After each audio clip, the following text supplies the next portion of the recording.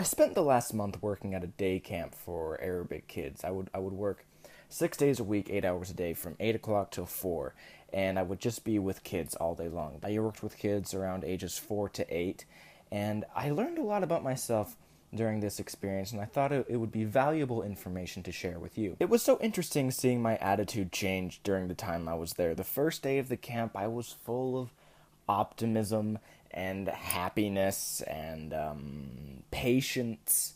I wanted to be around the kids. And then about 3 days later, my attitude became, every kid in this camp needs to die. Okay, so of course I wasn't serious about actually murdering children, but Jesus. I want to formally apologize to all of my school teachers, church leaders, scout masters, and especially my parents for ever being 6 years old. My God, I don't know how you didn't kill me. I would have killed me. If these kids were my kids, I would have killed some of them. We had no power over these children at all. We had no influence. They did not care what we said. They did not listen to us. They did not respect our authority at all. The kids didn't respect me because I don't speak Arabic fluently. I don't blame the kids for not listening to me because I wouldn't have listened to me. Imagine you're a kid at a summer camp and you're playing and you're having fun with your best friends and you're on a play set and you're swinging and you're running and you're laughing and your adrenaline's up, and then some Indian guy runs up to you and grabs you by the arm, looks you right in the face and yells, "I told you not to do that." There's a zero chance you actually listen to that person. Perfect example of this problem I had. I was watching over these two girls in this little place that we had. We had a little trampoline, and they had moved this little trampoline underneath the playset, and they were jumping off the playset onto the trampoline. Pretty dangerous. So I was like, "Hey, do you guys maybe want to stop?" in Arabic, and they were like, and they kept going.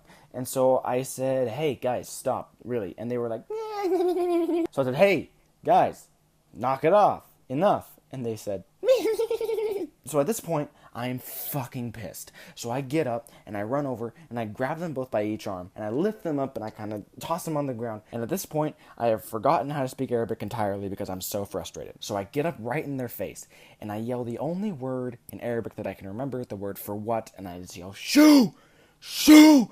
twice right in their face. And I yell it so loud, I scared myself. It honestly scared me because it sounded like my dad. For half a second, I thought my dad was there because I had opened up a register in my throat and in my lungs and diaphragm that I had never heard from myself before. I didn't even know who I was for half a second, and I looked at these girls, these two little 6-year-olds, and I was like, "Oh my God, I'm a monster." It was like that moment in Madagascar when the lion realizes that he wants to eat Chris Rock, the zebra, so he's running around like, "Oh, what am I?" And I felt awful. And then the girls looked at me and they just laughed. And they just started laughing and they were like, "Teric Zalan," which means Teric is angry. And then they ran away.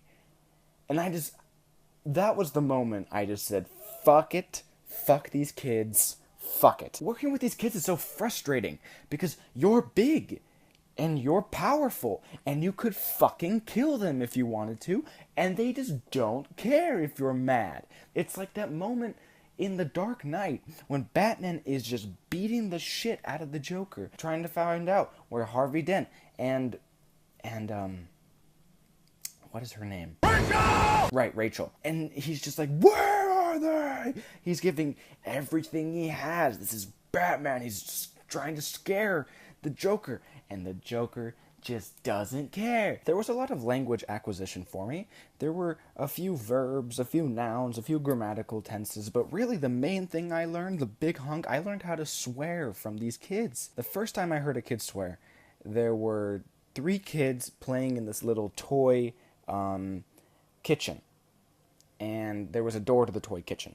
And there was this other kid outside, and he wanted to go in. So he was trying to open the door, but the kids on the inside weren't letting him. They were just like, "No, go away. We don't like you. You're poor. Go out. Go away." And this kid's pulling on the door, and they're like, "No, leave. I hate you." And so he goes, "Ugh," and he kicks the door super hard, and he says, "Khara alaikum," which literally means in Arabic, "shit upon you." But if you dissect it, it's actually way worse because that phrase, "khara alaikum," is derived from the greeting, "salam alaikum," which means God's peace upon you. So that phrase doesn't literally mean God is putting peace on your head. It means I hope God, gives you peace as you go throughout your day and your life. So to say Khara alaikum pretty much means I hope the universe shits all over your life. So when the kids in the toy kitchen heard this, they immediately fired back Khara alaik, which means shit upon you. And then they just kept going back and forth, and it got way worse from there. Khara ala ummik, which means shit upon your mom, shit upon your dad, shit upon your grandpa, shit upon your grandma, shit upon your sister, shit upon your brother, shit upon your dog. Which is when I stepped in and stopped it, because regardless of what you think about a person, there is no reason to say, I hope the universe shits all over your dog. Because that dog did nothing to deserve that. If you met the dog, it would probably lick you and love you because it's full of love and happiness. So just leave the dog out of it. However, of all the bad kids I've talked about, there is one who is the absolute worst. We shall call him Joffrey, because I don't want any legal ramifications for what I'm about to say about this kid. I hate this kid. I actually, with all of my heart, mind, body, and soul, hate this kid. He is 4 years old. He is the biggest piece of shit I have ever seen. He is the worst human being on this planet. I hated this kid so much, just seeing him would piss me off.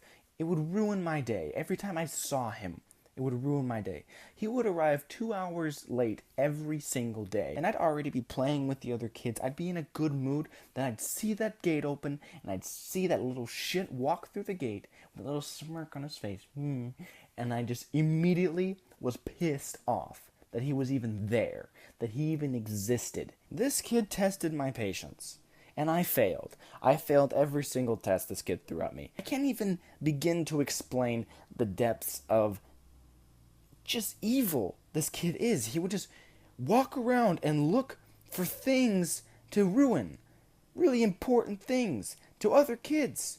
Really, I mean, he would pour mud on girls' hair. He would rip their dresses. He would take their toys. He took a little girl's flip-flop, a girl who I liked, by the way. She was a good kid. She was nice. She was funny. She was cute. She was a great girl. He took her flip-flop, and he threw it over the fence of our daycare to the house next door.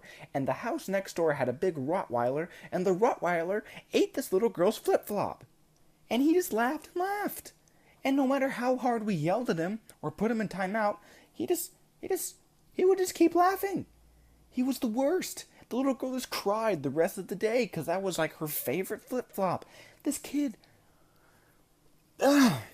The first interaction I had with Joffrey, I was carrying a table up a flight of stairs, and I had the table up against my body so the legs were pointing out, and as I got to the top of the stairs, I turned right to go into a room, and as I go into the room, I see Joffrey standing there by himself, and I didn't know who he was. I knew he caused problems, but I didn't know that he was the worst human being of all time. And then all of a sudden, he grabs one of the legs of the table and pulls it down. So I'm not prepared for this. I go stumbling forward with the table. I barely catch it before it hits him in the face and kills him. I barely catch it and pull it out of the way. I throw it on the ground. I find him.